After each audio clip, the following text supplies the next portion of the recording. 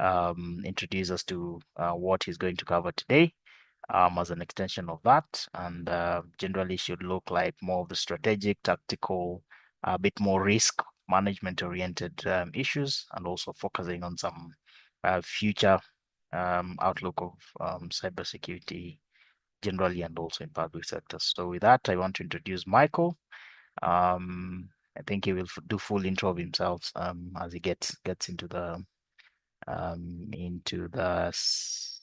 presentation. So Mike.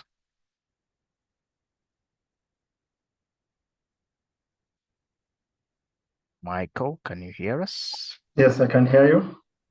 Good. First, hello to everyone. Good evening. Thank you for joining us today. My name is Michael Meshi. I am the co-founder of NIA's Akilizetu Foundation, which is an AI non-profit foundation focused on AI for Africa by Africa. I am also the co-founder of Evas Technology, which is an AI platform for building data protection and data privacy tools. And we also focus on building AI as a service. It's a pleasure to be here with you all. I have about 12 years experience within the technology space. I've worked within banking, legal, fintech, pharmaceutical, manufacturing, and a few other industries. And I'm honored to be your presenter today for this particular topic. Just let me know once you can see my screen and we'll begin.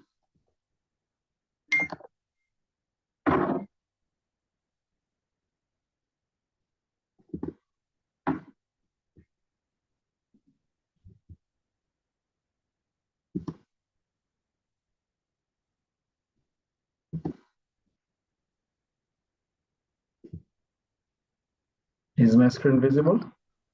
It's loading, but in the meantime, guys, if you have any comments, opinions, as we did yesterday, I loved the engagement. Just drop your thoughts, opinions, comments in the chat. Feel free to use the Q&A as well. You know, I'll be scanning those for some issues of interest for us to discuss. Back to you, Mike. Okay, thank you. I believe my screen is now visible.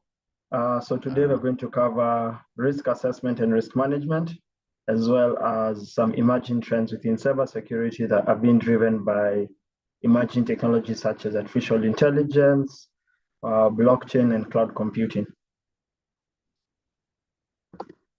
Now, just start off with risk assessment.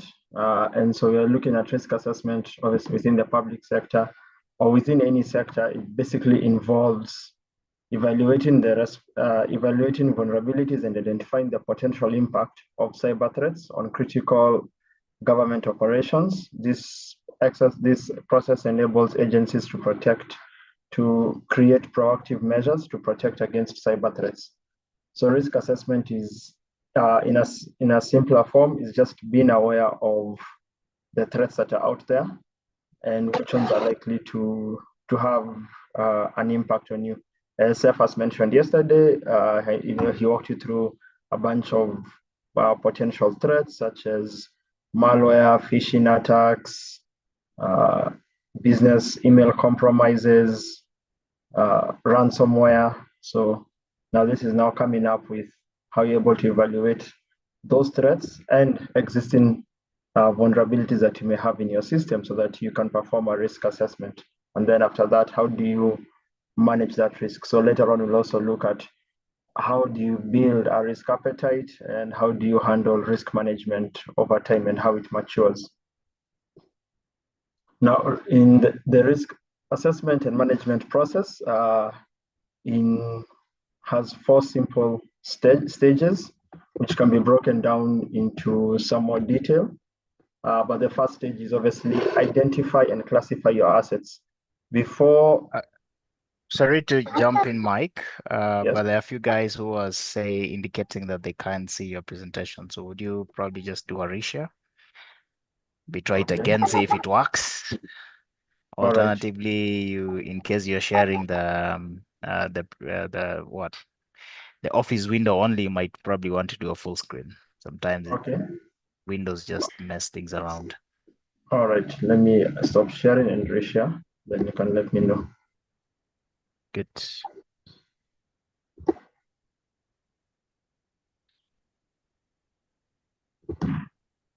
So I see we have guys from all over Kenya, really, a lot of towns, cities,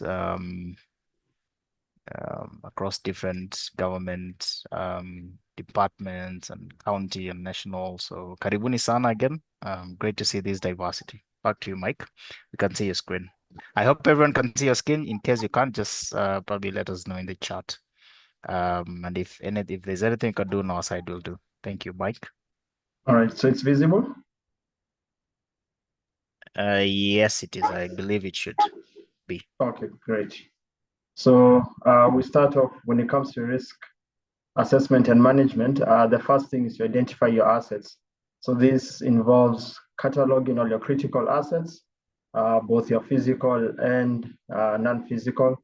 So you're looking at understanding your network topology and its architecture, understanding where your data resides, understanding who has access to that data, understanding the solutions that sit within your environment, what applications people use, what versions do they use, which people have access to different applications. So that allows you to know what exactly you need to defend once you do the identification of assets. Classification, you may choose different methods of classifying. You may classify in terms of what's considered your critical assets, your high priority assets, your medium priority assets, and your low assets. Your low assets may be something like Microsoft Word or Adobe. Your high critical assets could be your ERP, your HR platform, your core banking platform, or any other platform that you normally use. So then, or you could classify depending on the sensitivity of data that these applications hold.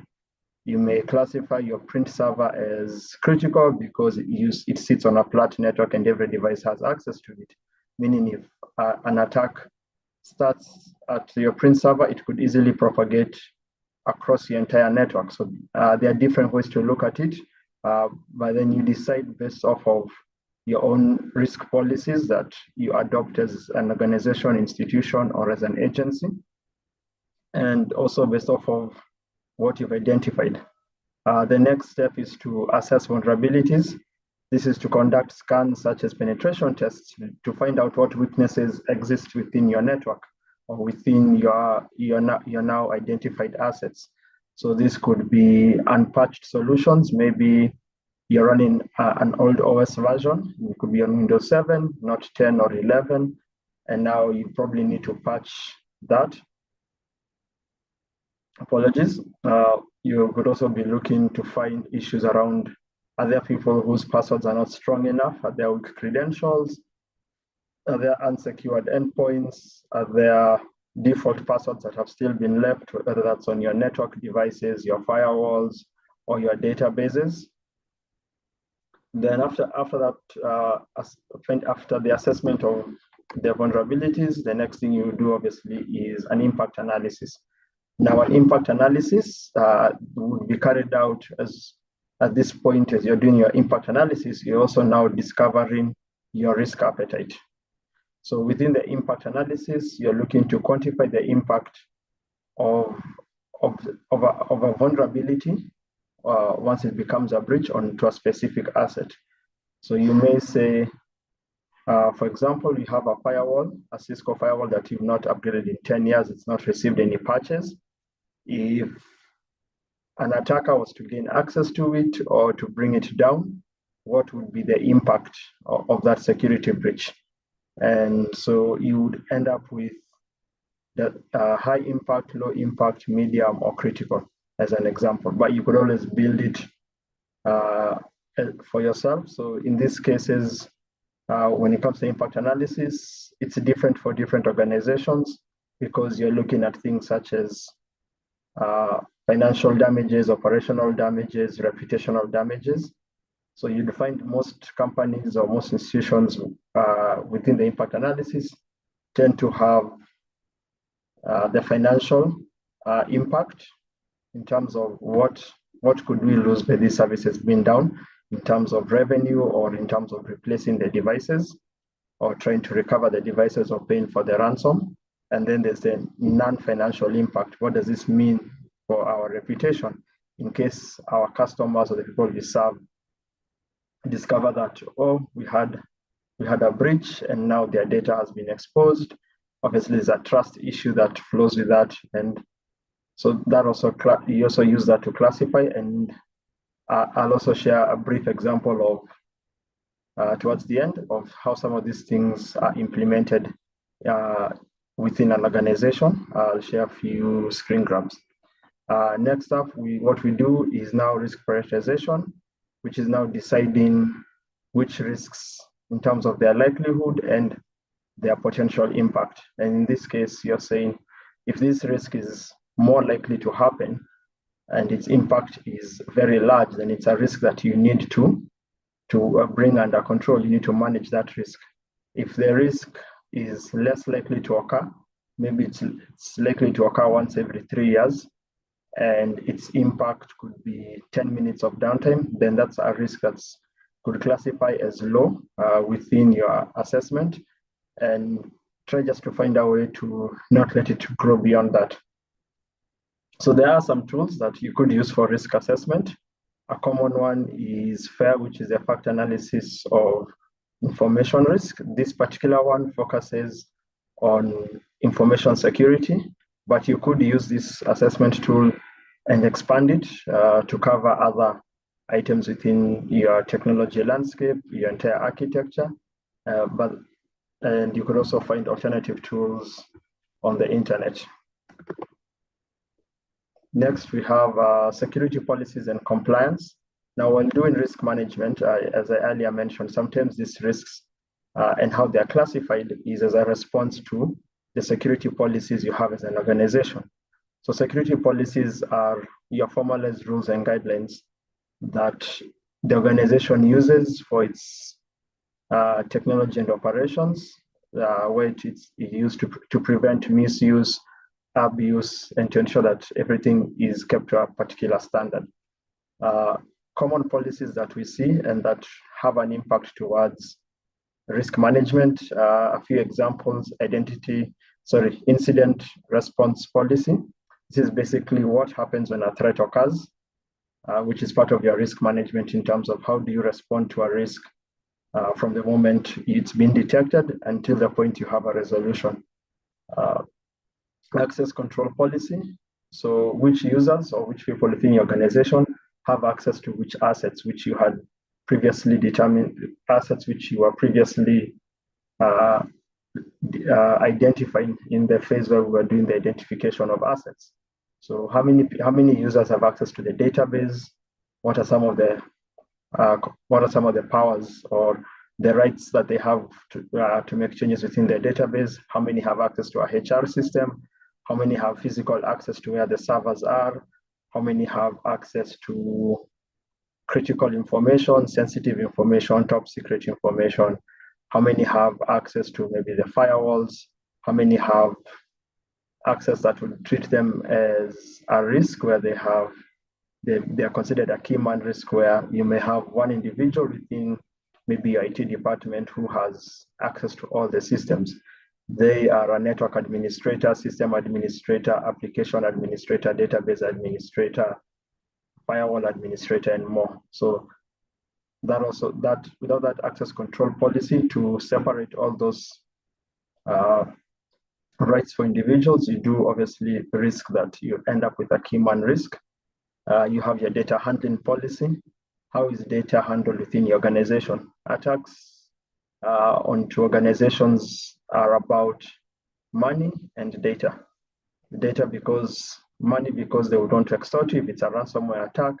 Data because that data can be sold multiple times over. If, for example, one of your organizations got hacked, maybe 10 terabytes of data was stolen, an attacker can sell the same 10 terabytes of data to 30 different other malicious actors. So the data handling policy also speaks to how do you classify your data? Do you have processes in place that speak to classification of data in terms of internal data, which is data that doesn't leave the organization, public data. This could be marketing campaigns or content on your website. You have confidential data, which contains certain sensitive information that should be kept within the company and with maybe third parties who are working with you on delivering certain services. Is it restricted data that is only meant for a handful of people, and it would obviously have a different mechanism of distribution and storage from the others? And then is it top secret, where if it's top secret data that belongs to one or two individuals and shouldn't be shared at any point, and are you able to actually track that these processes are being adhered to? Then you have your data protection policy. This is your internal policy that obviously derives a lot from, for example, for Kenya, a lot from the Data Protection Act of 2019 that we have. Basically, this is ensuring that personally identifiable information for your own staff and for the people using your services is protected, and all their rights within that particular act are observed at all times. Then the other one we have is an identity and access management policy. This one is basically understanding who is who within your organization. So anyone who comes within your organization and logs in, are you able to see, do you have centralized control over identities for your users? So for example, if you're at NTSA and someone was to log into their Windows machine, are they logging in with their credentials from the AD or the Active Directory? And when they log in from that identity, what access do they get? Do they get access to the HR system, which they shouldn't?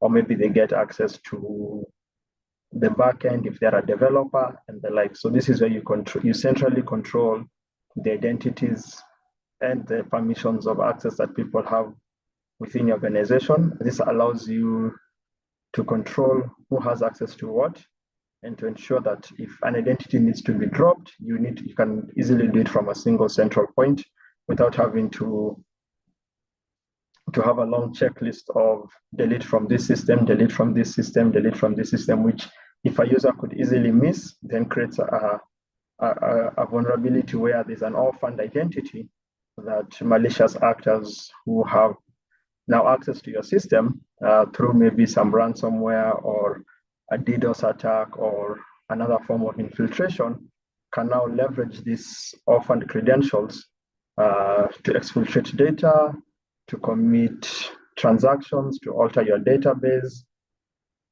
to execute ransomware with administrative credentials. So it's very important to ensure that the identity and access management is kept. There are a lot of other policies that play a role. Ideally, all policies within cybersecurity or information and cybersecurity are essential towards risk management, because they all play a different role in determining how you address risk at a larger level. Now, when it comes to compliance, compliance is basically the adherence to the laws and regulations or standards within your industry or within your area. So you may have laws, for example, the Kenya Data Protection Act. You may have regulations from a regulator. So if you're in banking, you have the Kenya Data Protection Act. You have the prudential guidelines from CBK, and you have standards, some international standards that you may choose to follow as part of your compliance measures. So some of the common frameworks and regulations and laws that we can see, as I mentioned, we have the Kenya Data Protection Act of 2019. We have the EU's GDPR. We have NIST for cybersecurity, ISO, which is very broad, and you can find some on information security. You can find ISO standards on cybersecurity, physical security, and more. We have the CIS 20, which is a personal favorite of mine because it allows you to scale as you grow. NIST for sometimes can be very challenging to adopt, especially if an organization doesn't have the resources as well as the ISO. But the CIS 20 allows you to meet requirements depending on your size and scale. There's also COBIT, and there are a lot others. So the last four, number 3 to 6, are standards. You rarely find them enforced through regulation or through law unless it's decided by a regulator. For example, in Ghana, all banks are required to have PCI DSS compliance, which is basically a standard that they must meet in order for them to keep their banking license and to issue cards, whether they are issuing these cards directly through MasterCard or Visa, or they have a third party, which could be an affiliate bank that is able to, that the card issuers feel capable to work with. So some standards can be turned into regulation by regulators, but in most cases you would find standards are there for best practice, and it's an organization's responsibility to pick the standard that works best with them. Obviously, also picking the standard that supports the strengths of your team. If a lot of your team is very well aware of NIST and heavily strong in this area, it would be a disadvantage to switch to the ISO standards because then you're not taking advantage of the strength of your team for this purpose.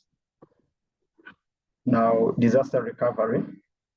So disaster recovery is obviously the process and policies that establish an organization's capabilities to restore critical systems, data, and operations after a disruptive event. Now, a disruptive event obviously could include cybersecurity, cyber attack, could be a natural disaster, could be a system failure, could be an error from users. It could be anything that just disrupts the normal process. The goal of disaster recovery is obviously to minimize downtime, data loss, and the overall impact onto the business. And different organizations will add on different goals. Banks would be more sensitive on reduce their downtime, reduce their financial loss, and prevent any data loss. And a manufacturer could, if where they have a robotic system, maybe they would want to reduce the downtime, but also to ensure safety that when this disruption occurs, none of the machines accidentally hurt anyone within their premises, or that they do not create an unsafe work environment by these machines being offline. So this, again, the goal depends most of the organizations, but you will find very industry specific, but overall they share the theme of minimizing downtime and data loss within these organizations. So some key components of disaster recovery is to have data backups. Basically, this is taking a backup of your data. Some organizations go as far as to having backups of some of their infrastructure.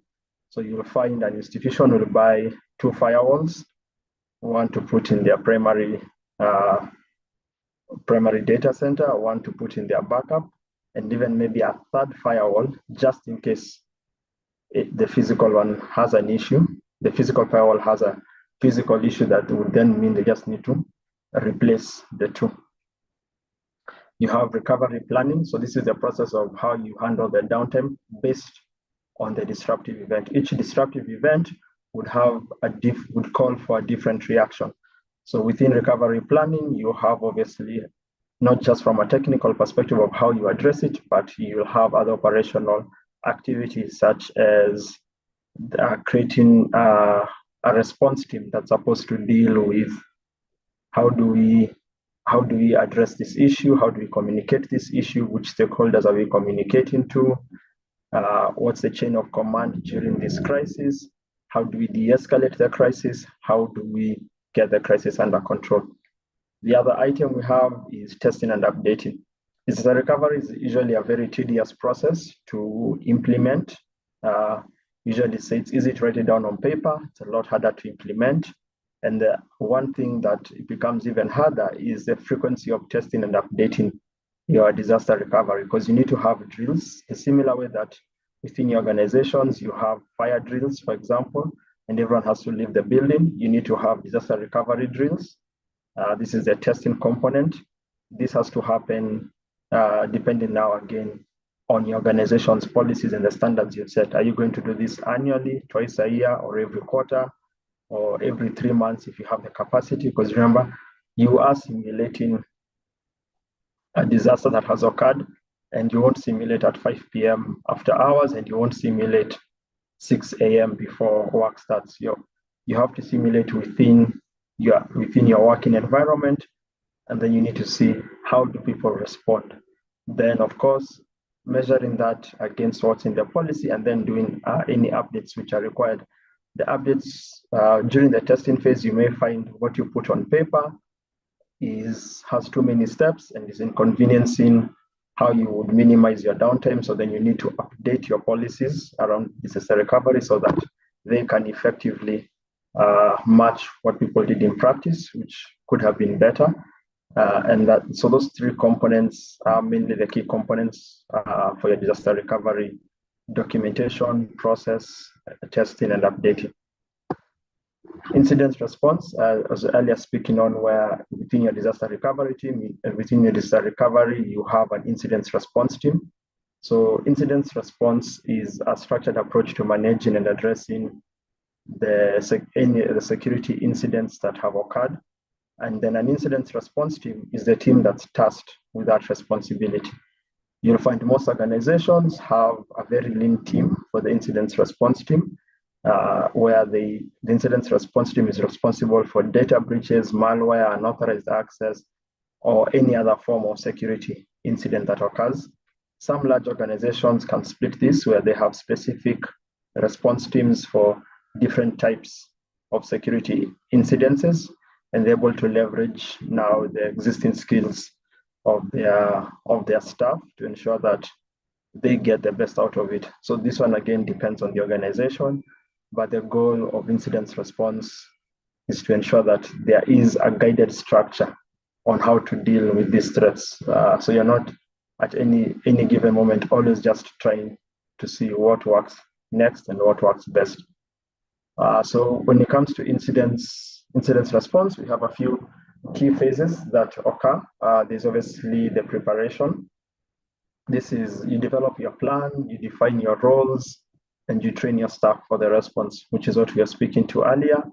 Deploy your plan on how to deal with a malware attack, which maybe could be you need to segregate the infected device or the infected resource, define the roles, which people are part of this incident response. Is it your networking team? Is it your database team? Is it your L1 support, your L2 support, your L3 support?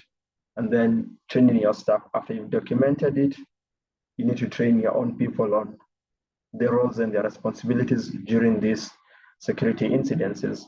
Next off, we have identification, which is identifying and detecting the nature of the security incident. Very straightforward. You can't recover from, or you can't deal with what you don't know. So you need to be able to accurately tell, this is a brute force attack, or this is a DDoS attack, or this is a malware attack, so that you are actually handling the right issue. The importance of this, I'd like to use an example I like to give is that sometimes you will find ransomware attacks being disguised. Information identity theft being disguised as ransomware attacks. I've seen a few cases this year where organizations are panicking because their data is getting encrypted. And while they're focusing on how to stop the malware from encrypting all their data, sometimes even including their backups, they haven't noticed that the same malware was also sending data out, was able to steal credentials, was able to steal identities. So you'd find staff members who are within the network who logged into their personal email, those passwords were taken. They were logged into their office email, those credentials were taken.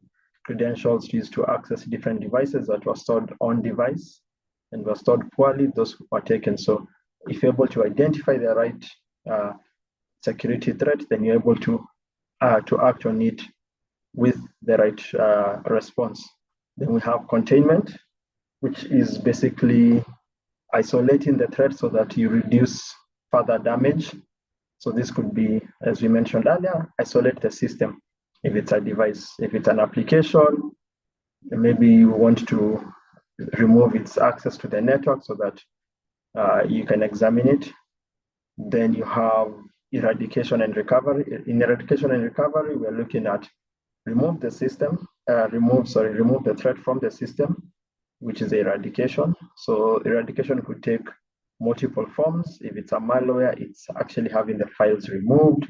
It could be a corrective step by altering something within your system design to deal with that threat. So eradication isn't always the removal. The eradication could be adding something as well. And then you have recovery, which is now restoring your systems back to a normal state. And where you've made a change, most of the time, organizations which do believe that eradication may involve a change. So, for example, your systems could be vulnerable to a DDoS attack because of certain open ports and protocols that you allow within your network. Now, when you can't eradicate the DDoS attack itself, you may need to change your network configuration, meaning now you've changed your system. So it's now no longer returning to your previous normal, but now you have a new normal. And that new normal must again now be measured against your risk assessment and management, whether it meets the organization's risk appetite. Meaning by blocking this, within our example, by blocking all these ports, what are we coming out to say is that we've blocked all these ports. Does that then mean that we are more secure or we are less secure? Are we creating any new threats? Is this within our risk appetite? Then finally, we have our post-incident analysis. It's a step most organizations miss or do not conduct very well, but is very critical because it allows you to see what is persistent and what is unique in terms of threats to your organization. So this is reviewing the incident, how the incident was handled, finding its root cause, and then adjusting your security measures accordingly. In this case, you would obviously have to document this in what we call a root cause analysis, explaining what was the key vulnerability. Was the vulnerability a poor password? Was it a misconfigured port? Was it a user who fell for a phishing email? Was it a USB that was picked up on the floor and added to your, and someone tried to plug it in to see what was there? Was it a user that was the issue? And then now, how do we improve? So what are the lessons we take from this? And there have to be steps to how to adjust your security measures. An RCA without any recommendations or any action points post recovery is not a complete root cause analysis.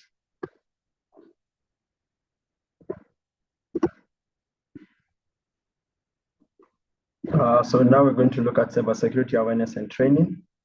Cephas had mentioned about this a bit briefly, but now in cybersecurity awareness training, it's the goal of equipping employees or your third parties with the skills and knowledge to recognize and respond to cyber threats.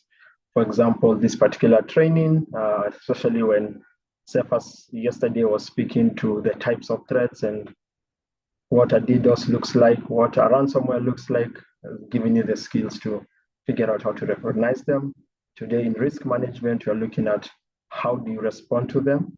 And so that's part of cybersecurity awareness of some examples of cybersecurity awarenesses that happen, phishing awareness, how do you educate your employees and third parties around looking at an email and seeing whether it's a genuine email or it's a falsified email. For example, you've seen where organizations would receive an email from a client claiming a change of banking details, or from one of your service providers saying, "We've changed our banking details. Next month, pay us with this." The email goes to the finance department. The email address, for the most part, looks genuine. And when payment is made, but it's made to obviously to the wrong entity, the right entity comes back and starts asking how come payment is delayed, and you realize you've been the victim of a phishing attack that was able to successfully end with a financial loss for your organization. Password security, this is where you teach multi-factor authentication, strong passwords. Organizations who have some form of stronger maturity, you're probably teaching single sign-on, you're teaching passwordless, access or using key phrases opposed to passwords. Data security, educating people on how to store data, telling your users always store your data on the cloud if you're using OneDrive or Google Drive, instead of storing them on their computer, so that there is a redundancy. So that meaning that the data is available on cloud and it's secured over there from some malware at some point. So those are some of the examples around the cybersecurity awareness training. Another key feature within risk management is collaboration efforts and information sharing. It's very important within an ecosystem. So depending on the industry you're in, for different players within that industry to share information around common threats. For example, you could find agencies are being targeted by a DDoS attack that aims to bring their services down. This could be happening to maybe 10% of the agencies, and the number could be growing, but without that information sharing, then the organizations are not able to tell, or you as a non-affected organization are not being made aware that this threat is growing and that you need to deal with it. Collaboration is key, especially where you're trying to take down a ring of malicious actors. I think we've seen collaboration between M-Pesa and law enforcement in Kenya to find these scammers who are able to call you, and you'd give out your PIN and everything. So that collaboration also goes a long way and is actually part of risk management, because you don't live in a bubble as an institution. With threat intelligence, as we learn that threat intelligence is not just the threats which are known to you as an organization, but the possible threats out there and the information on how other people are dealing with those threats. So information sharing and collaboration is very important. And this collaboration could even extend beyond your physical boundaries, beyond the residency of your country. Could be that different institutions share data differently.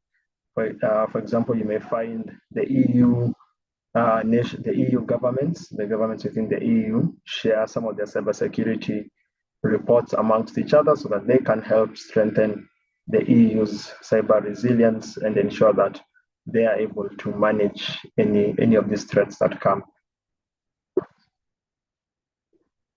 So now we're on the emerging technologies and strategies within cybersecurity, especially for the public sector.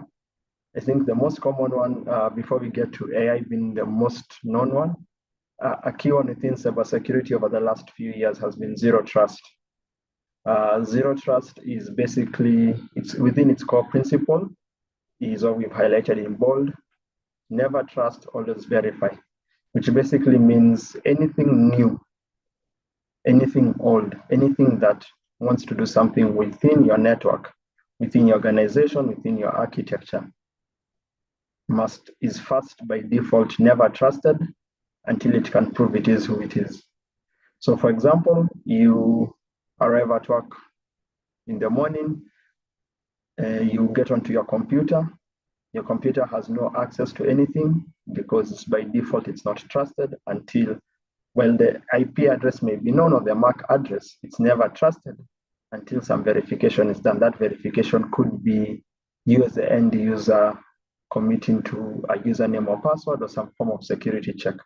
So basically that's just the simplest way to define it. So it's very strict on verification of people, devices, even processes, to ensure that everything at any time is always verified whenever it needs to do something.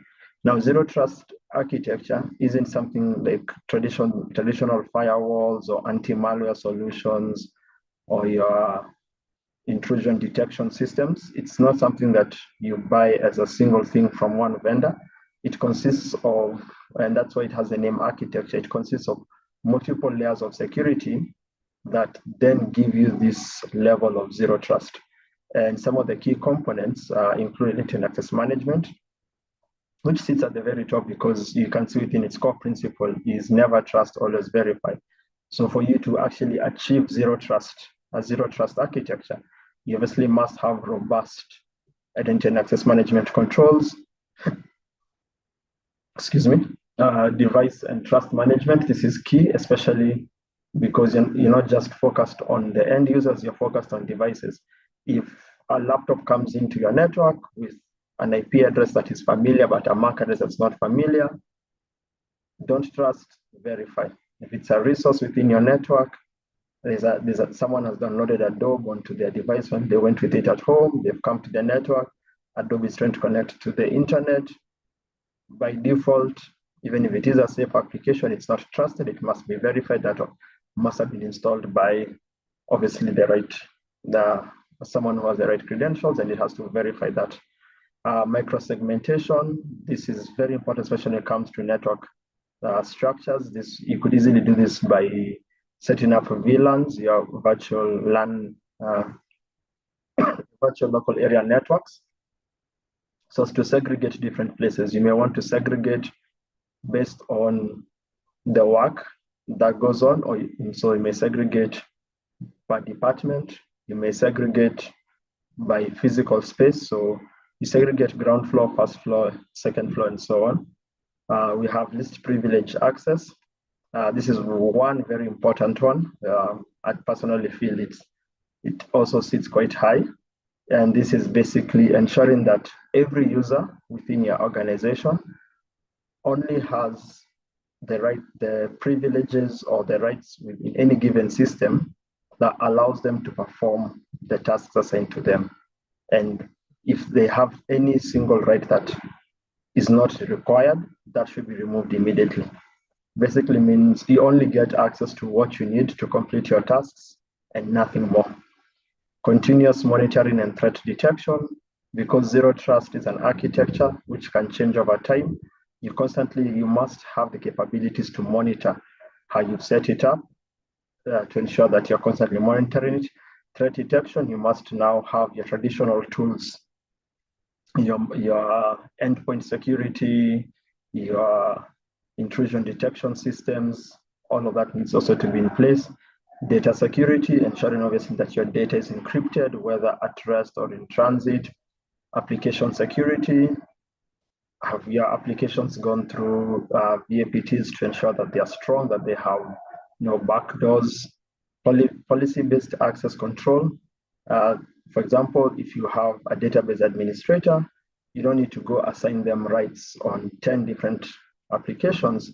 You have a single policy that if you give them access through that policy, then they should have access to all the other 10 systems only as a database administrator.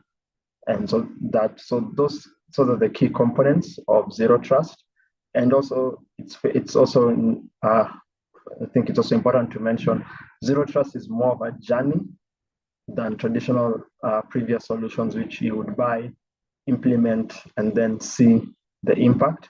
Sometimes with zero trust, measuring becomes quite difficult because some of these things that you're measuring may already exist for your organization, but then now you have to come up with, where do you set your bar as an organization for zero trust, for your zero trust architecture, and what do you need to do to get there? It's always to remember, zero trust is an ongoing journey that is constantly, where the needle is constantly moving. When you come to AI and machine learning and its influence around cybersecurity, obviously, it can either have a positive or a negative impact. If we look right away at the positive impacts, we have anomaly detection, which is using AI using artificial intelligence or machine learning models to find any anomalies in software, in code. So beyond just doing debugging or beyond looking at a system using vulnerability tools, you're now able to look at them while they're in use and trying to find these issues. Automated threat response, very huge, especially as AI models get stronger, is now not the ability to just detect an attack, but to take the appropriate action against this attack. You'll find most systems where if you have a SOC, the Security Operations Center, with a SIEM or whichever tool you're using, you'd find certain threats would be detected and a ticket is issued to a security engineer or a network engineer, and they would then confirm it's not a false positive and then initiate a process to respond to this. But with machine learning models, we can now take this action. These models can take these actions for us to ensure that as soon as a threat is detected, in almost real-time manner, the threat is also dealt with. Now, there are quite a few threats that people have seen within cybersecurity with the rise of AI and machine learning. We have adversarial attacks, which are sort of the main component, especially if you look at institutions that are worried about, or governments rather, that are worried about just how malicious people could get. So we have several types of adversarial attacks, and adversarial attacks are actually used to deceive AI systems by feeding them a manipulated input. So this is an attack to an AI system. And this kind of attacks could be dangerous where if this AI system is being used by a lot of people to deliver critical services. For example, it could be an AI system that's translating e-citizen to all local dialects. Attacking that system obviously means now there are certain people who may have access to the service, but can't understand because they can't use the service because they don't understand the language. So for example, types of adversarial attacks, we have the evasion attacks. These attackers input data to trick the model. So this could be getting it to leak information. So you could ask it to tell you how many users, how many employees are there. You could find a way to trick it for it to leak. Poisoning attacks. This is where attackers inject malicious data when a model is being trained, and at this, what they would want to do is to ensure that the model that goes into production fails at its job and is not even able to perform its job. So if you go back to our positive applications, where we are saying we want automated threat response, attackers who have access to your system could put in malicious data. And when you train this model, you would assume that the model is working because you're getting the right scores. But some of the data they use to feed it has trained this AI model to ignore a future threat that they want to exploit. Then we have model inversion attacks. And this is basically trying to reverse engineer the model so that you can get the information. Remember, models are trained on a lot of data, and some of that data could be proprietary to your organization. You could be training a model to help you understand the census data for your population. And so a model inversion attack could lead to all this information leaking out and the attackers being able to steal this information. We have deepfakes. Deepfakes are images created or videos or audios created by generative AI tools. And the goal of this is to be as lifelike or as real as the real thing, whether it was your real voice, your image or picture. So the threat with this is that they can be used as an attack to either gain access to systems. There was a case where, I believe it was Hong Kong, where a lot of work went into creating a deepfake where they sent an email to a bank requesting for a certain payment. When the financial controller responsible doubted this and tried to ask the person who sent the email for more details, I think this was the CFO, they got onto a Teams call or Google Meets call. They just got onto an online call. I'm not sure which platform, but they used that deepfake of this guy saying, yes, I confirm that this is a transaction I want to do. We've seen deepfakes of audios where people's phones are stolen and a deepfake is used, or a random phone is used with your voice, especially if your voice is publicly out there. and the person calling is not you, but they're requesting for money because you've been kidnapped, but you've not been kidnapped, but then now money gets transferred. So there's obviously the threat of social engineering and fraud is quite high. We have AI augmented phishing attacks. Now, in this case, we've seen a lot of these threats grow over time because now you can use AI to write and you could tell a large language model, write for me 30 emails that are asking person XYZ to do certain things within the organization. So now the attackers don't have to spend that much time, which creates a new threat. Misinformation and disinformation, especially from these deepfakes, is a significant threat. You could imagine receiving, we've seen some fake documents created on the internet a few times where you could be told tomorrow is a public holiday, and eventually you receive notification that it's fake. You could be told a certain bank has been liquidated, the news could be fake, or maybe a certain government service is down or has been hacked or something. So these deepfakes, even though they have the word fake in them, you can see that their impact is real. They do create either financial loss, and if they don't have a financial loss, they are non-financial losses in terms of operations, reputation, and trust between the users of certain services and the providers is always affected. We have data privacy and model exploitation. Data privacy, I think we've spoken a bit about that within the adversarial attacks, where models require a lot of data to train them, and with large language models in particular, in the past, we've seen researchers are able to get this data to give out information in order for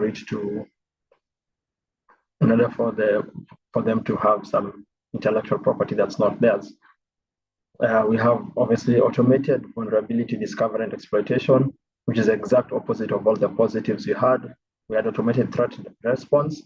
Malicious actors can now use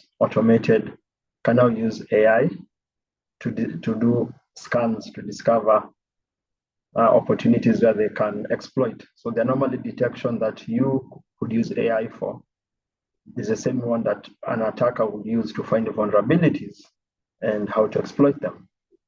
You have other threats you can look at, model theft and intellectual property. So if you have your model that sits within your system, if you've not secured it properly, the model itself, attackers could come, they could encrypt the model, they could be able to steal the entire model while disguising the theft of this using a DDoS attack. There's also the intellectual property risks, depending on which data the model is being trained on.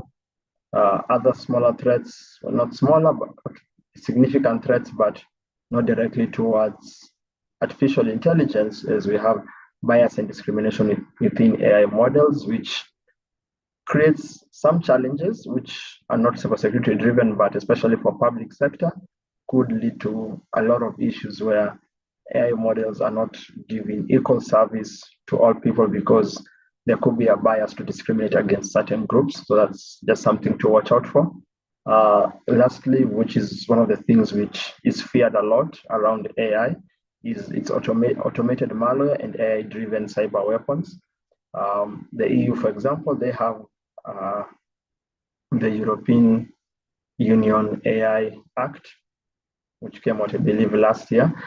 And the act was largely driven by the fact that they were fearful that a lot of their members and other non-members who they may consider allies or not allies were going to approach a state where they would have AI-driven cyber weapons. And the thought of autonomous systems making decisions to attack led them to come up with the AI Act. And if you go through that AI Act, you can actually see that where they believe systems are of high risk, they have actually put it at a point where they're saying these are areas that we do not want research to be done, especially by private entities. I guess governments would still have that capability, and they bring in stiffer regulation depending on the impact and the risk it has to to people and the safety of the European Union. Cloud security. Cloud in itself has been around, I think, for a very long time. Actually, it's been there for a very long time. I was going to say more than the 12 years have been around, and that's probably accurate. So when it comes to cybersecurity and cloud, key practices to just keep out for is data encryption. Ensure that data is encrypted at rest and in transit, meaning when you're transferring data from your local network or another cloud provider to where you're storing at maybe your actual cloud provider, or during a migration, ensure that data during that transit process is encrypted before, and then it's transmitted. And when it arrives at where it's been stored, whether it's a data warehouse, a data lake, or just a database, ensure that it's also that data is also encrypted at rest.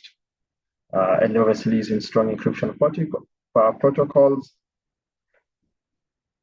such as SHA-512 as opposed to SHA-256, access management, which we've spoken a lot about today. So this is just ensuring we have that role-based access to ensure that if you set someone as a database administrator, all database administrators have the same rights all across.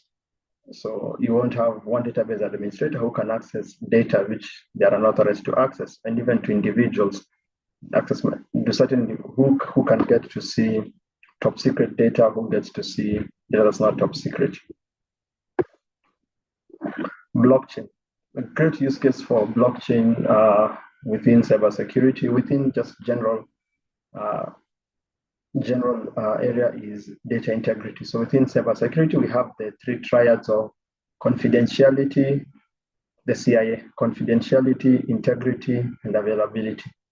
And blockchain in itself really goes a long way into ensuring the integrity of data, because you'd have to manipulate more than 50+1 of 50+1% of a network just to be able to cause an issue of integrity. When it comes to availability with blockchain, because a blockchain is a distributed, not a decentralized system, it's a distributed system, meaning for availability, you'd have to knock off the entire network that supports the blockchain. If you knock off a portion of it, all those records still exist with these other users. And so you can see how this data integrity and availability can be used in cases for voting systems and land registries to ensure that as a tool for cybersecurity, they protect the integrity and the availability of data. So what does the future look like for the public sector and cybersecurity? 4 key things. First thing is obviously the investment and prioritization. So there has to be consistent funding towards cybersecurity. I think we've seen Kenya now has, in 2018, we got our cybersecurity, our Computer Misuse and Cybercrimes Act. And now I believe we have the regulations coming, our national cybersecurity regulations, and we'll see more of this evolve. So you can see now a lot of governments, not just Kenya, but obviously we are learning from the more advanced places, and we are tailoring what we've learned to meet our needs. And now we are seeing cybersecurity become a priority for national security to ensure that we're able to protect our citizens, able to protect our data, to ensure whether it's data sovereignty and its safety for the people. Obviously, within this whole thing, there has to be investments in talent development, implementing new technologies. So that means where government services were using outdated cybersecurity practices and tools, this needs to be upgraded. Global cooperation. You can see this within the UN, NATO, African Union. A lot of cooperation is going where cybersecurity was once a key talking point when Obama was president, and it was actually ranked as one of the key items, I think, just below climate change. So obviously that global cooperation towards dealing with malicious threat actors is an area we'll see constantly grow. A lot of countries are coming up with extraditions and other agreements that allow for perpetrators of a crime, cybercrime from in one country but affecting another country, can actually face justice from both countries or from one country, depending on what those agreements speak on. Proactive cyber culture, building cybersecurity first culture, where security is embedded in almost every process. And this also involves training such as this, or you're trying to build awareness, which goes a long way towards the future being now and not just something we're chasing after. Next, we have resilience building. These are constantly improving redundancy and having multiple layers of defense, prioritizing quick recovery, and ensuring that you're constantly improving. Remember when you said one of the key things you have to constantly do, whether it was with the zero architecture, or it was with your disaster recovery plan, or it was with your incident response team, you constantly have to keep testing and updating. And that builds resilience, and resilience is becoming more important because there's a need to be able to, that an attack will always come, but resiliency would then show that even if the attack comes, because you have no control of the threat actors, that this attack has little to no damage to your organization. And so that's very important. So I'd like to end there and welcome questions. And also, as I prepare to share one or two other slides, which I'd spoken to around risk appetites and how you measure risk and how you build that, just to show a sample of some of these tools, which are, in this case, I'll be showing tools which organizations use in Excel form, but other tools such as this exist right there, web-based. Thank you.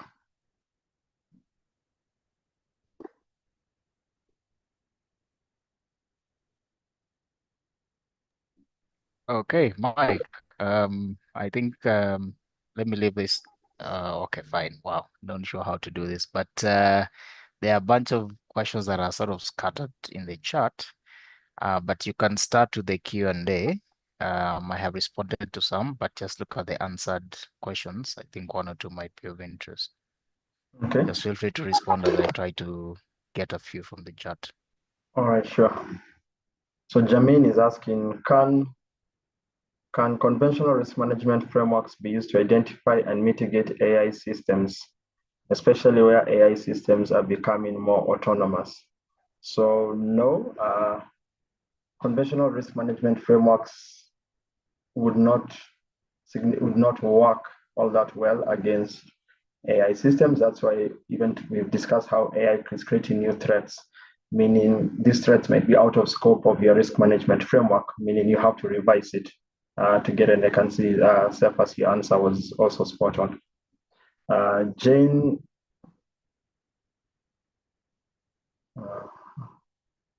yeah, I think from the answered questions, I think that's it. The others were asking, the session is being recorded, and Jane was saying that the sound was gone, so I hope sound was back during that entire time. So now we have another question. I can see from an anonymous attendee. How sure are we that the presenter is not AI generated? That's a very good question. That is a very good question. No, I am real. I am not AI generated.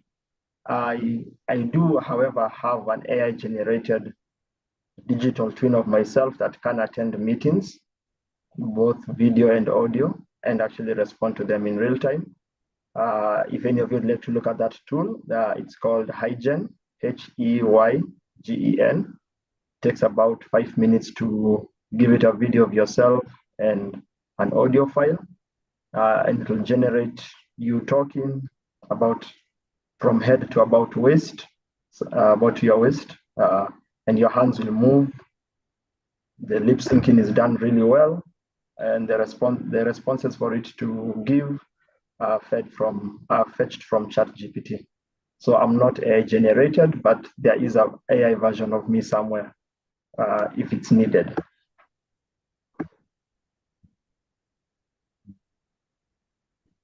Good. So there's a, yeah, you can check the chat. There are a bunch of questions. Let me try I'm go on the through a few. Q&A. So I can see Stephen is asking, how else is Oh, AI used in threat detection and prevention besides blockchain interventions? So in threat detection and prevention, I'll give the example, usually try to stay vendor agnostic without mentioning certain abilities of different vendors. But yes, for example, there is a vendor called Darktrace. Darktrace themselves built several machine learning models that sit within your network and study your network and your patterns. And from this, they do not use traditional methods such as signatures and everything else, or heuristics to determine this is malware, but they use this to determine what's a threat and what's not a threat. Other places, how else could it be used in threat detection? New threats, for example, one area that is under research heavily is on IoT. So where IoT devices or IoT networks are exploited or are used to commit DDoS attacks or any form of attack, it's very difficult for AI systems to get it right in terms of detection. And research is going into being able for AI systems to say this is a brute force attack with a ransomware injection and so on and forth. In prevention, we've seen AI for prevention. Again, the example I've given at the Darktrace, and now a lot of these other providers also offering a form of their own artificial intelligence to help deal with these threats. So I hope I've answered Stephen's question. Jeremiah is asking, many public sector entities struggle to recruit and retain qualified cybersecurity professionals. What steps are being taken to address the skill gap? Being specific to Kenya, I believe there's a lot that has gone into the upcoming regulations that sort of try to speak to this particular challenge, where we're trying to see obviously some structuring that would go on, and also within the government's plans towards the digital skills, being able for us to create more talented people with digital skills, which obviously includes cybersecurity, the digital skill. I guess the hardest part is retention. Private sector will always have the benefit of being able to outbid anyone and will always pay more, especially not international when it comes to the private sector. So I think the steps for the skill gaps, I think a lot of the digital programs that the government is running over time will help address the skills gap. In terms of addressing retention, I think that's a challenge that even with all roles seeks to be a challenge. You'll find CEOs will be paid more than ministers in governments. If you feel like that's a like-to-like comparison, and that's just the case within private sector versus public sector. But there's always the opportunity to incentivize retention with other benefits, which could be cheaper loans and mortgages, could be more vacation days, could be a better work-life balance. So there's a lot that need to think out of the box to sort of come up with this. Can we get written? So the presentation will be shared as well as separate notes.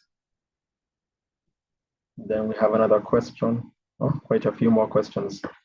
Can we have examples of cyber attacks in Kenya government and how it was mitigated or solved? Well, I don't. This is an interesting question. I think Cephas had mentioned a few yesterday. You mentioned the one around, I think we've seen, was it Kenya Pipeline? We've seen quite a few government organizations that have been affected. Kenya Aviation, KAA. And one of the challenges around this is where we always knowing the extent of the damage and how it was resolved is a bit difficult, because that information sometimes could be treated as very confidential, because no one really wants to say how it happened. People just normally say you were breached, but you were able to deal with it. I guess just giving too much information sometimes isn't good, both in public and private sector. What can you comment on the state of security after the e-citizen attack? Well, personally, from my interactions with the public sector, I think there's a lot of growth towards resiliency. I'm seeing that after if one state corporation is hit, or a ministry or one place is hit, then you find everyone else sort of rush, whatever solution they used, everyone else is rushing towards that. So when your neighbor gets hit, you see a few others strengthening against that threat. I guess that's a good sign. It's not the best proactive way to go, but at least we can see resilience is being built. How does cybersecurity help government employees? The awareness, if you look at the awareness, well, we always say that the weakest link is the human, and you could imagine the amount of data the government holds. So cybersecurity, one of the components obviously is the human component. So without that component, without the employees being a part of it, then it means they become the targets, they become the weakest link, and malicious attacks will be more successful. A lot of the large attacks always do require an insider who would surrender credentials, or who would play a role in this, or have their credentials stolen due to poor cyber hygiene. Then this poor cyber hygiene could be using the same password for multiple accounts. It could be leaving your password on a notepad. It could be just something quite small, and that could cause this issue. So in terms of how it helps protect the employees, obviously, because it's protecting the data. Once an organization has allowed online opening of accounts, how do they mitigate identity theft? Various ways you could mitigate this. You could do online, so you could do a live photo. I've seen a few places where you're told, hold up your ID, and then you take a picture of your ID, or hold up the ID and take a selfie of yourself with your ID, and they're able to look at the metadata to ensure that it's actually you who's providing the information. Others do a lot of, previously we'd see some geotagging and geofencing to try and identify this. So they're very unique ways to look at it. Others to ensure that it's not an automated system trying to create an identity. They look at the speed at which this data is being fed. A user would type out the answer, type out something and send it very slowly. An automated system would send all the information probably in a single payload. So that could be a way that they could detect it. Do you encourage people to write clinical research by use of AI? AI is a tool like any other. I don't think we should discourage its use, but we should encourage some critical thinking towards how we use it. So if you are doing clinical research, I think it's important that you obviously have some knowledge within that space, so that whatever the AI feeds you as an output, you can actually research and confirm that, well, this example it's given is wrong, or this direction it's recommending is wrong, or it's right, so that it's not just giving. For example, if I'm not a clinician, but if I asked ChatGPT to write for me such a paper to perform that research, I would have to trust it, because it's not my area of expertise. But if it's your area of expertise, I think it's professionally sound for you to look at the responses you're receiving and deal with them accordingly. So I would say AI is a tool. Encourage its use in the right way. Even when you, for example, within your research paper, and you're using something like ChatGPT, you may have some information which could be confidential, which could be private. Obviously, don't put that information on ChatGPT, which is another risk organizations are yet to deal with when it comes to artificial intelligence. Is how do you prevent your employees from using the sensitive information that they know about the organization with combining that with artificial intelligence tools just to complete their work. So you may have blocked ChatGPT from your offices, but I go home knowing I have a certain report that's due, and I can easily type in all the information that I need to give ChatGPT for it to write that. And you find that information will be used by OpenAI to train the model again. So preventing that, I guess, is something to do. When it comes to its use, for the anonymous attendee who's asked the research question, I say if you've trained people on how to use the tool properly, let them use it because it does show an improvement in productivity. As a developer, this is from Derek, can we say the introduction of AI in programming has greatly degraded programming skills and research skills in that I can just make a prompt and get an entire code and implement without deeply understanding? I don't think it hasn't. Recently, we saw Google say that this year, 25% of their new code is AI generated, and they are seeing more efficiency in this. And the code is generated, and the developers actually go through the code to ensure that it meets whatever standards Google has set for its coding standards. So I don't think it's going to cause a deterioration or a degrading of skills. We are probably going to end up where the CEO of NVIDIA said that at some point in the future, these programming skills will be as basic as just English. English will be the new programming language.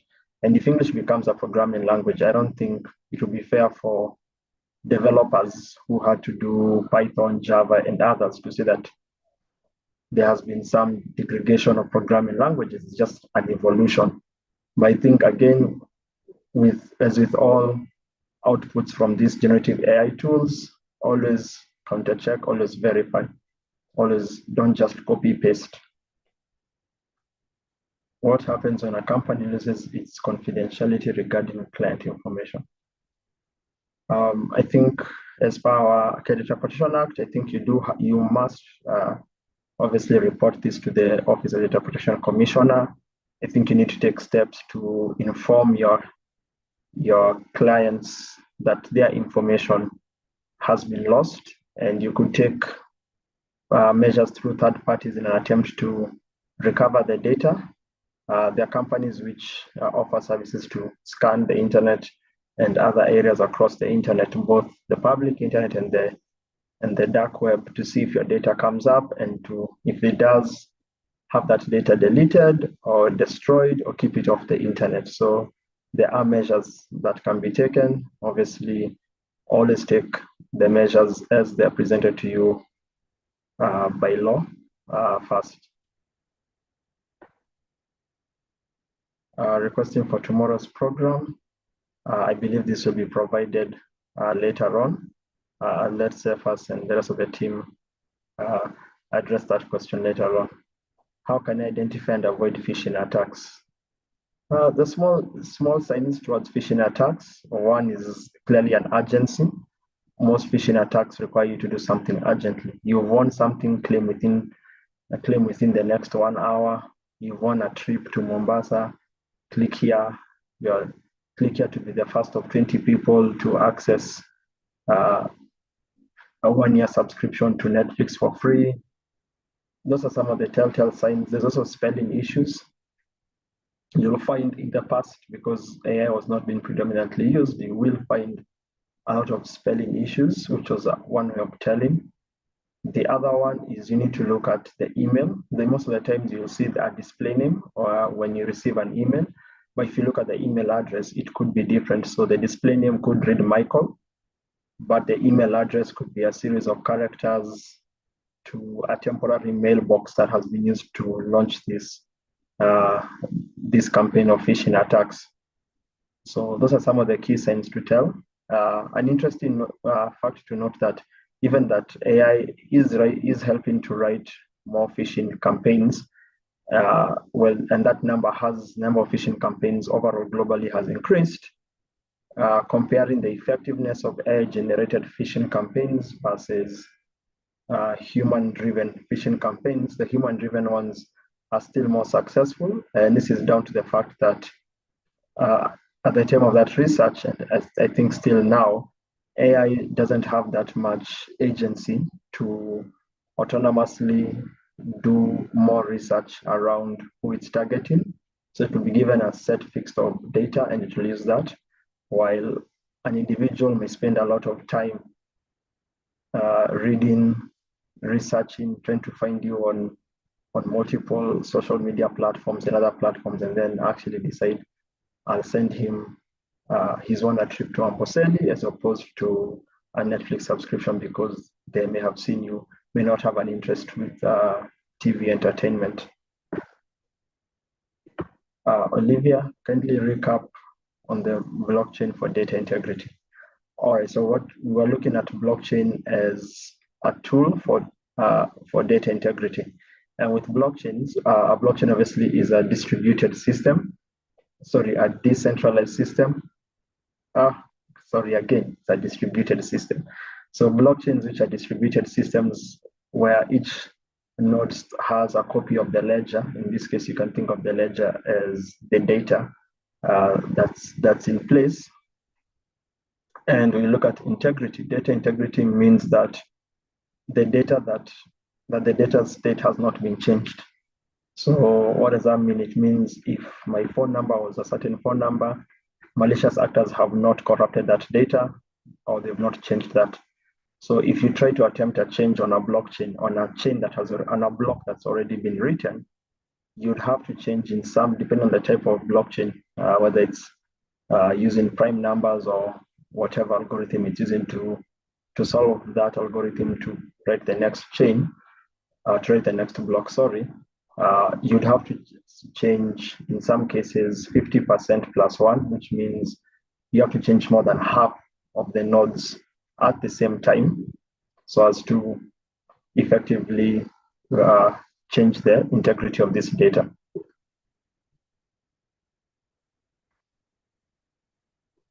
Or you've added the voting systems and land regimes. So this was an example of where the integrity of the data would be very important so as to prevent corruption of data. So if voting records were stored on a blockchain or land registries or a lot of even financial data, financial transactions, whether it's sales of assets such as vehicles, land, high value assets, jewelry, or even smaller assets, but you want proof that would survive near indefinitely as long as the particular blockchain is up, then those are some of the use cases you'd look at why blockchain would be a good solution. How do you handle a data breach? So I'll give a high level for this because I had mentioned earlier, each organization has its own incident response to their own data breaches, depending on the kind of organization it is and the skills available, or even the data that has been breached. But a data breach, it depends also at what stage. Have you encountered the data breach as it's happening, after it's happened, or during? So it could be that an attack is imminent and at that stage you try to prevent it. You could find an attack is ongoing. In this case, you try to mitigate as much damage as possible and also to stop it. If the breach has already happened, then you're looking at, can we identify the extent of the data breach? And then from there, obviously, if it contains personally identifiable information, then you obviously have some reporting to do in line with the Kennedy Data Protection Act. You may have to report to your regulator if they have guidelines that state that that's something that you must do. And then there's an attempt to find out where the data went, and where the data has gone, could it be recovered? If not, we usually say that's why we encourage data encryption at rest and in transit. This way you would have a data breach, you would report the data breach, but you'd also inform everyone that the data was encrypted and there's no way for it to be decrypted. So when they have stolen maybe they've stolen half of your data, there's nothing they can do with it. Is it advisable and secure to save your login credentials on a server to allow for auto logins. I heavily discourage this unless you want to add a two-factor authentication post. But if you're saving these credentials on a browser, I highly discourage it. There are a lot of simple tools that can be added as a script onto an image you're downloading or onto a flash drive that can extract this information. So I personally discourage it. I know there are these password vaults within browsers, but I think we saw it called KeePass or Pass1, which a few years back was breached, and that was storing passwords for people on the browser. If it's storing a password on an application and it's not on the internet, it could be on a DMZ, and it's very secure, then that would be okay. But again, if you're looking at zero trust, then it fails its purpose. So the auto logins should not be there. Which websites do you know for AI checker plagiarism? Is there a free site? If there is, any kind of please. AI plagiarism checkers won't help you. You've written a document with AI, and another AI system is checking for plagiarism. And if you just search AI plagiarism checker, you'll find within the first page maybe 7 free tools, and they'll all give you a different score. So they're not even accurate. They'll tell you this content is 80% AI, 30% AI, 100% human, 20. They change, and that's because the tools that we're using to generate this content, whether it's ChatGPT, Gemini, or it's Claude from Anthropic, all these tools are getting better at writing more like humans. And the tools to detect that AI has been used to write this content it's becoming harder and harder to detect. So it's not a good tool for checking, because you could tell someone they plagiarized something, that this content is 90% AI generated, but even the tool that has told it's 90% AI generated won't tell you how it arrived at that decision. And I could use a different tool and I get 10%. And so which tool do we trust? So I don't think they are useful tools. I think whatever output you get from these LLMs, always rewrite it within your own context, within your own tone, so that it's more of your work than the AI's work. It's a tool helping you. Don't let it take all the work.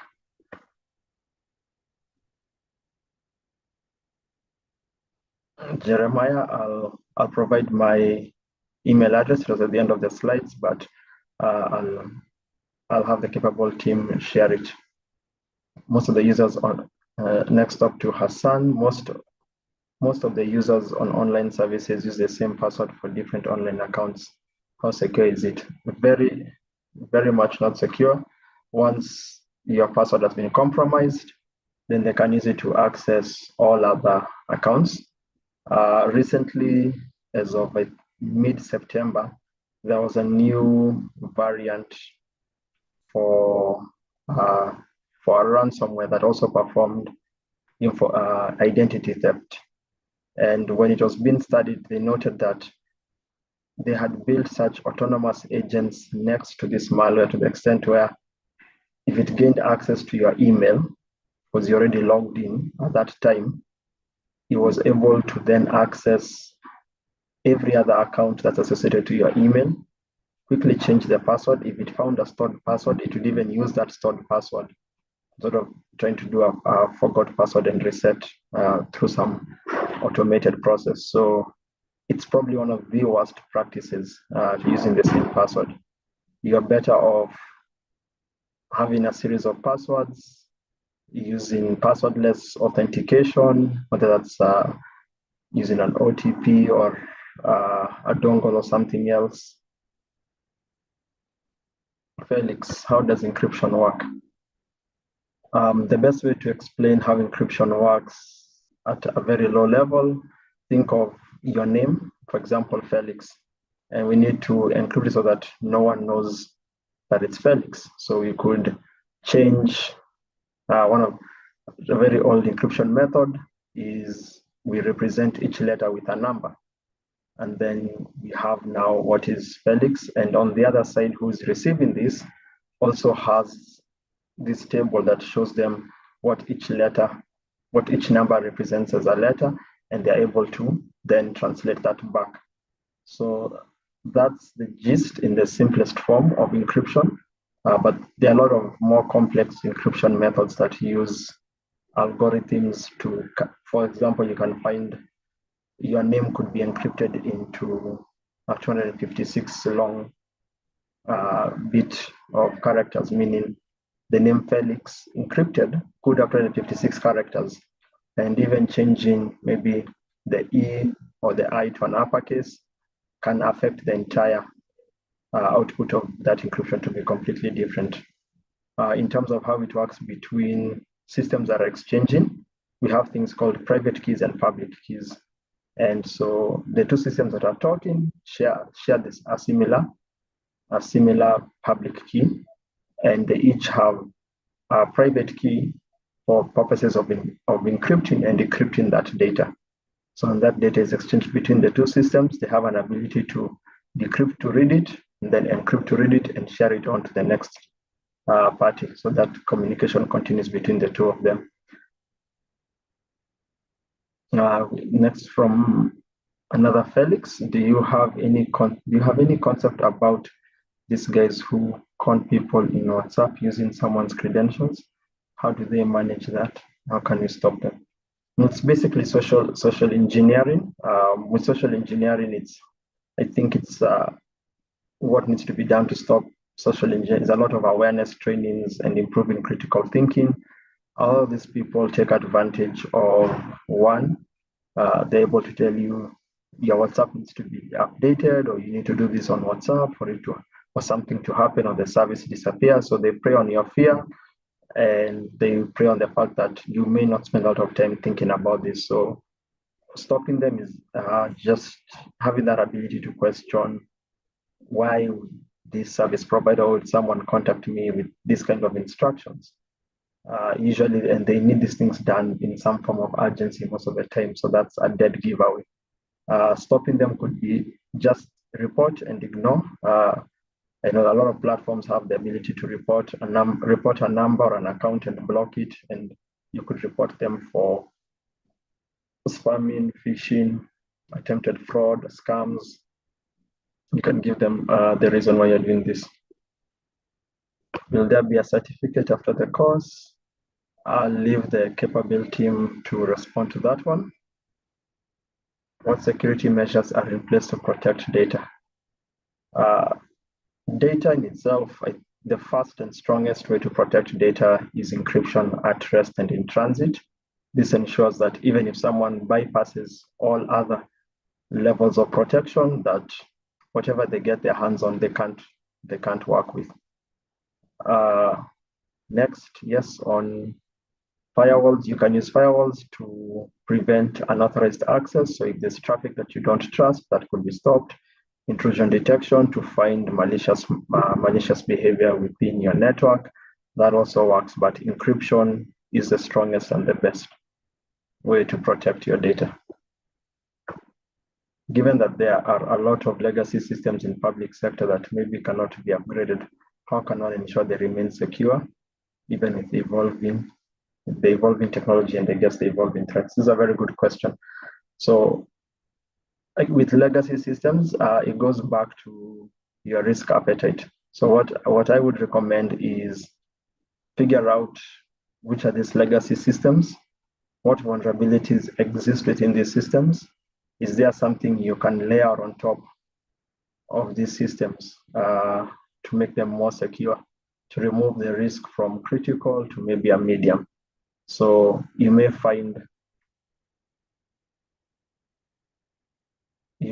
that, for example, you're probably using an old server still running on maybe Windows Server 2008, which is vulnerable. The cost of upgrading to Server 2021 or 2022 or maybe even 2012 is not there because it's a huge change, and even the existing application over there is such a legacy system that it won't upgrade, then what layer of security can you add on top? Can you add stronger access controls so that, or you limit the number of people who have access to the system? Could get in a better firewall to sit in front of it, also prevent some of these attacks. It could tighten in your network by doing micro-segmentation, prevent lateral movement, that maybe one compromised device or the introduction of a compromised device within your network cannot reach this device. So there are ways to go around it, and you need to understand both the benefits of going around it and the risks. So the benefits obviously is the security. The risk is you introduce something called tech debt, which now in future becomes more expensive to resolve. And I'd always recommend just come up with a plan that suits your risk appetite. So your risk appetite is just at what risks can your organization tolerate that you can't fix. There are certain risks that you have no control over, and you accept that they exist.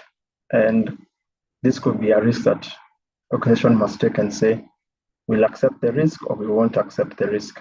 So if they accept the risk, what can you do to reduce the potential of this? How can you identify that this work is AI generated? You could copy paste the work onto the AI generation tools, and you could see the result they give you. Again, you will get different results from different tools. You could write content right now by yourself, and you detect, these tools could detect that it is or is not, and it varies. So these tools predominantly are becoming less and less useful. If it's the content for the video and audio, that one, in terms of detecting, you look for small signs in maybe how the person is talking, it's not synced, an extremely long pause as if there's data that's being fetched from, for example, ChatGPT that's coming in text form, that then has to be converted into audio, that then has to be sent over to the video, and the lip syncing to happen. You could find that. You could find repeated movement. So as I mentioned with the hand movement, that, for example, the AI tool that I use, sometimes it does do hand movements, and you could find within a span of maybe 30 minutes, it's repeating the same hand gestures all the time. So also looking at the video, like sometimes you have 5 fingers, sometimes the hand will move in an unnatural position. So with images and video, you can be able to detect. With text, I don't think it serves any purpose. As we were discussing with the plagiarism question before, because these tools, you don't know how these tools are detecting, that's one, and all these tools are giving different results. So what's to say that your tool is the tool you're using is the right tool, and the tool that I'm using is the right tool for detecting plagiarism. So with plagiarism for text, or determining AI-generated content via text, I think that's not important anymore, because the tools are writing a lot more like humans, and the detection, even as a business, will just go away. It will be a lot harder to determine this over time. But with audio and video, there's certain telltale signs. Obviously, for me, if, for example, if this was the hygiene tool, my English would sound a bit more Caucasian. The lip syncing would have some issues if I switched over to Swahili, and the hand movements would be slightly noticeable, that sometimes the hands are moving unnatural or overly repeated. So those are some of the ways you could identify this. Are there any other questions? I think I've exhausted the questions on the Q&A. Cephas, are there any questions in the webinar chat that I should look at?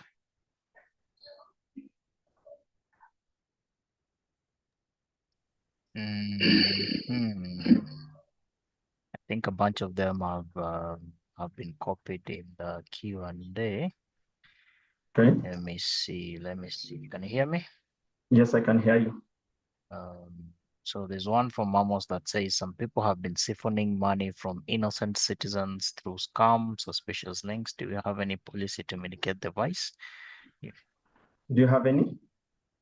Do you have any policy to mitigate the vice? I think, of course, this is related to the phishing question that you also um, answered, but you can give Yeah, it a but we, shot. yes, so the same answer towards that, but you could also add that there is now legislation around the Computer Misuse and Cyber Crimes Act. Of course, there are penalties for people who do this, and also the need of awareness to train people on how to be skeptical and to use critical thinking when it comes to some of these things that they see.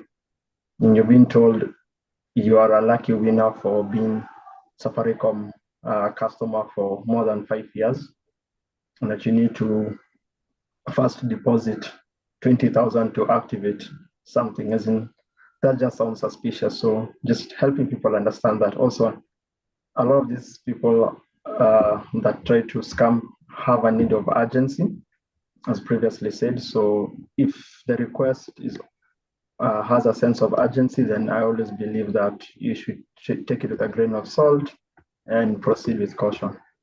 Also, if you didn't expect to win something, why are you winning something? Getting a phone call being told you've won 30,000 from a promotion you've never heard of. There's no way you randomly applied for that promotion and wouldn't have remembered. So also just asking the right questions to yourself, even asking the right questions to these people. They're asking you for your information. Safaricom is going to call you and they'll ask you, is this the number that we should use? But these guys would ask you, oh, give us the phone number, give us your names, give us your ID number. We need to verify something. They have the data. You could ask them. Instead, they tell you, and you'll tell them whether it's right or wrong. Super. So there's one here that how do you enhance cybersecurity attack prevention within government, considering that public sector does not invest a lot in cybersecurity, thus, of course, since okay, because of the very limited resources to work with. Well, it's not, sometimes cybersecurity goes beyond technology. So you could improve your processes and policies. You could do awareness campaigns. So for example, you may not be in a position to buy all the latest tech, but your existing technology as it is, have you done it by security by design? Do you have security in mind when you design the architecture? Are you looking out for possible vulnerabilities? Are you able to try and mitigate those potential risks? So it's, if you can't upgrade to the best or to the newest shiny thing, the one that you currently have, are you utilizing it to its maximum? Are you applying the best principles, processes, or policies or standards? Because then that also helps add some layer of security.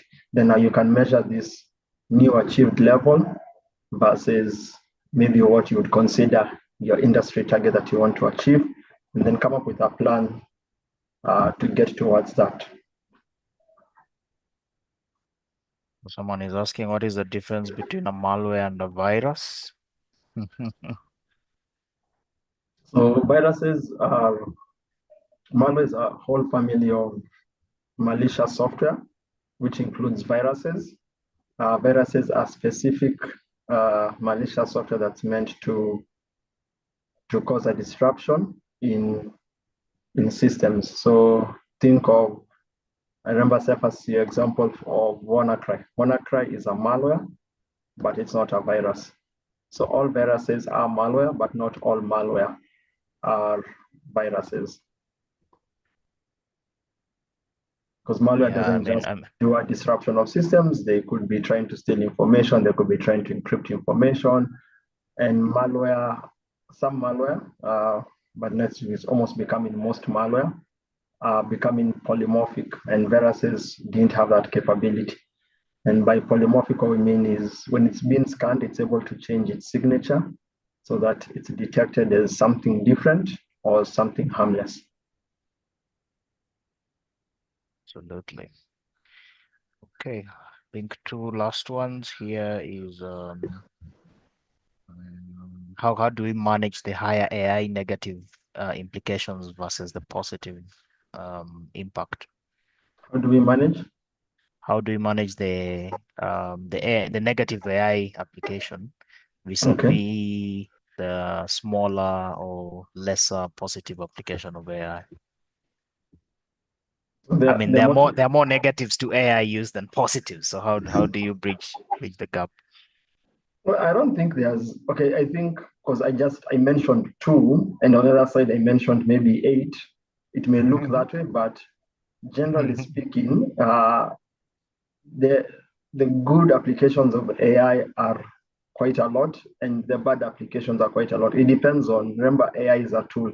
Depends on how you use it and for what means. Uh, an example which a friend of mine likes to give is you have a hammer. You can use a hammer to hammer in a nail and fix a table. You can use a hammer to destroy a table. How do you control that a hammer is not used to destroy a table? You honestly can't do that. But we can see with what we are seeing with different regions across the world trying to come up with AI policies, AI strategies, and AI laws is they want to ensure that the use of artificial intelligence is safe, that it's beneficial for its people, and that its potential to be abused is limited. So, for example, is a recent case last week,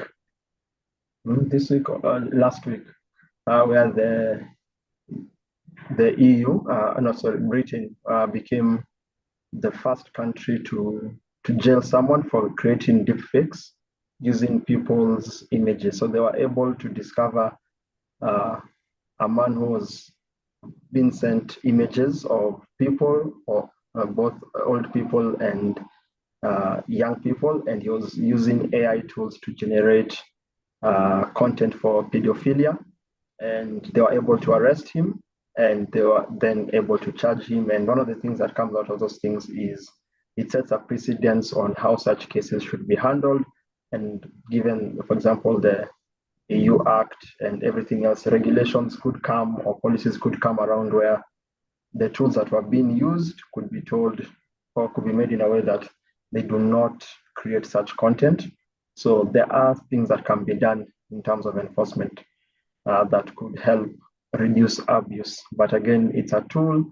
It's left up to the person using it, whether they use it for good or for bad, or they use it for its intended purpose or a different purpose. But it's the right thing from the providers of these tools to ensure that it's a lot easier to use it for the right thing as opposed to the wrong thing. All right, cool. I think that's about it for today. Okay, so uh, uh, parting shot, Mike. So I think my parting shot would be, so I have a few parting shots, sorry, if I can just take 2 minutes. One, I've seen there's still some questions in the chat which have not been answered.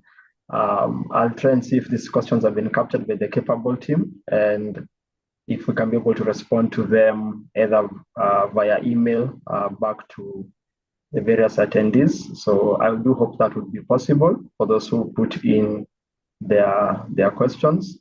My parting shot is to thank everyone who's been here for the past 2 hours or more. I do appreciate you taking your time to come and learn about this.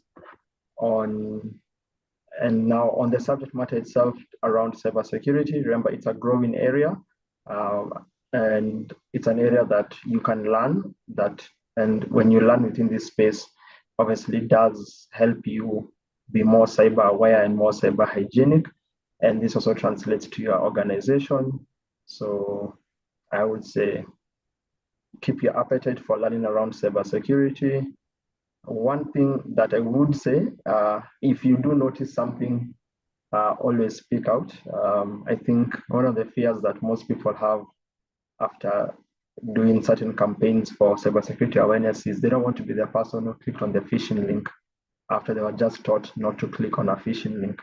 So I usually say, encourage people to actually step up and say this happened, because you are actually playing a critical role in incident response, when you come out and say very quickly, this just happened, because sometimes maybe systems may not detect it, but the human intervention can go a long way. And with that, I'd like to thank everyone. And I'd also like to thank the Capable team for organizing this, and all the other organizers. Thank you, everyone, all 148 who stayed in so far. Wish you all a good evening. Cephas, over to you. Thank you. All right, super. Same thanks here. Asanteni sana kwa kuja. Just quick notes. Definitely the presentation and other materials will be shared to you guys. I guess the best way to do it is via email. So the Capable team will facilitate that. I'm sure they'll also want to share other things together with the learning materials. Secondly, I've shared a couple of links from the discussion today in the chat, so feel free to copy paste those ones and keep them or check them out, especially the twin generators that Mike had mentioned. Might be something fun to play around with. Then thirdly, about tomorrow, see a couple of guys have asked. One, tomorrow we are focused a lot on data privacy and protection, governance and compliance around that. So we'll be speaking a bit of law and also a bit of practice on the same. So munakaribisha sana tomorrow. Hope we get even more numbers. So I suppose the link is the same. So I'll be facilitating tomorrow. Mike will also join in and support. And I look forward to that. I suppose the Capable team will also be advising on the the assessment unrelated. So I will stop there, and then everyone have a good evening, and then I give back to the Capable team. I hope they're still in the room.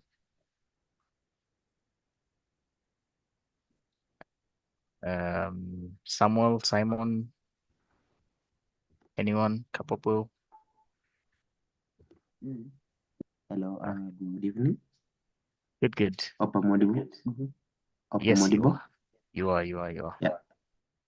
Yes, we are much in order. We've received the concern and we'll be able to address as we progress and even as we come to the end of the session tomorrow. My name is Eugene. Nice to speak, Eugene, again. Jioni njema. Good night, guys. See you tomorrow.